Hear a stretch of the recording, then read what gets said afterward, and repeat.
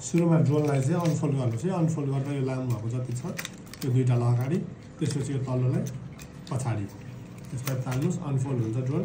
त्यसपछि एकदम सम्म ठाउँमा राखेर चाहिँ ड्रोनलाई अन गर्नुहोस्।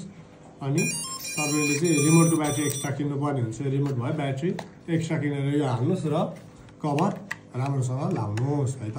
त्यसरी कभर चट्ट लागेपछि चाहिँ यहाँ एउटा स्क्रु पनि टाइट गर्दा राम्रो। अनि त्यसपछि रिमोट अन गर्नुहोस्। रिमोट अन गर्नुभयो नि, रिमोट अन गरेपछि जहिले पनि ड्रोनलाई अगाडि नै फर्काएर राख्नुपर्ने हुन्छ।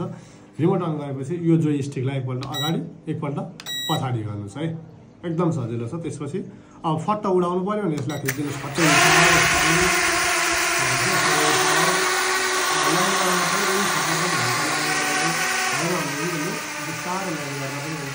एकदम बिस्तारै हुन्छ। माथि उडिसकेको ड्रोन भएको पनि एकदम बिस्तारै ल्यान्ड हुन्छ।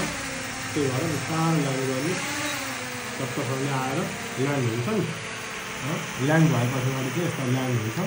यसलाई पुरै बन्द गरिदिनुहोस्, माथि उडेको टाइम लाग्छ ल्यान्ड हुनलाई। त्यसपछि जस्तो तपाईँको यो ड्रोनलाई फ्लिप हान्नु पऱ्यो, 3Dमा थिच्नुहोस्। एकदम माथि उडाइराखेको बेलामा फ्लिप हान्नु पऱ्यो भने 3Dमा। त्यसपछि सेन्सर चलाउनु पऱ्यो भने यसले हुन्छ सेन्सरको काम। उडेको बेलामा गर्नुहोस् सेन्सरहरूको काम, एकदम राम्रोसँग उड्छ सेन्सरको काम नै हाल्नु। ल कस्तो कस्तो हान्छ सेन्सरले, लाइटिङ भयो भने चाहिँ कस्तो बवाल हान्छ ल हाल्नु। त्यस्तो हुन्छ सेन्सरको काम सबै हुन्छ। सेन्सरलाई लगाउँछ। त्यसपछि तपाईँले जिम्बल तलमाथि गर्नु पऱ्यो नि, यो त्यहाँबाट यसलाई तलमाथि गर्नु पऱ्यो भने यो बटनले यो बटनले हुन्छ। जिम्बल तलमाथि हुन्छ। मोबाइलमा कनेक्ट गरिसक्नु भएको छ भनेदेखि चाहिँ भिडियो खिच्नु पऱ्यो भने यसलाई खिचिदिराख्नुहोस्।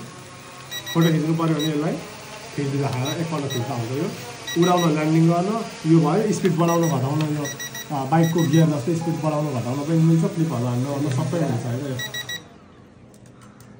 त्यो